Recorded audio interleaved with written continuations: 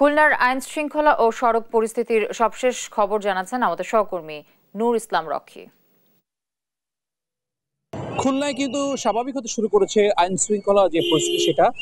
আজ সকাল ৮টা থেকে কিন্তু খুলনা নগরীতে পুলিশের টহল দেওয়া শুরু হয়েছে। পাশাপাশি একটু জানিয়ে রাখতে চাই যে গতকাল কিন্তু খুলনা শহরের যেই থানাগুলো আছে এই থানাগুলোতে কিন্তু সেনাবাহিনী এবং যারা অন্যান্য বাহিনী আছে যেমন নৌবাহিনী এরাও কিন্তু আসলে টহল দেওয়া শুরু করেছে।